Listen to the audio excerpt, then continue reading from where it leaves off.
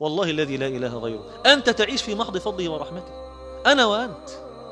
الله لو عاملنا بعدله لهلكنا، والله لا نستحق النفس. ده يخليك إيه؟ مفيش حزن، أنا مش حزين، ليس لنا حق على الله أصلا، وإحنا ملك مين يا جماعة؟ عبيد مين يعني؟ عشان كده تقول إيه؟ عدل في قضاءك يا رب. أنا عارف إن كل اللي فيا ده عدل. لا، عدل إيه؟ ده فضل ورحمة، بل الله تعالى قد يعاقبك ويبتليك رحمة بك. تعرف إن ممكن عبد ربنا يفضحه رحمة بيه؟ والله في بعض الناس ما بتجيش بالإنعام، تيجي بالبلاء. واحد ربنا عمال يديله ويسترها معاه، ارجع بقى شم على دمك. هو إيه؟ غره ستر الله.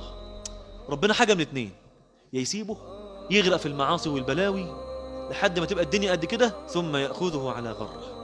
ده اللي ربنا بيحبوش. التاني بقى ربنا ممكن يعمل معاه ايه؟ يعذبه، يعاقبه بشيء يخليه يرجع له. فمثلا ربنا عارف العبد ده انه لو خد منه الصحة ممكن يرجع، يبتليه بدي. لو عاقبه بأخذ ولده يرجع ياخد منه ابنه. لو عارف ربنا انه لو عاقبه بالفضيحة ممكن يرجع يفضحه. ربنا قال في القرآن كده، اسمع الآية الجميلة دي، آية غريبة قوي: ولنذيقنهم من العذاب الأدنى دون العذاب الأكبر لعلهم يرجعون. عشان يرجع.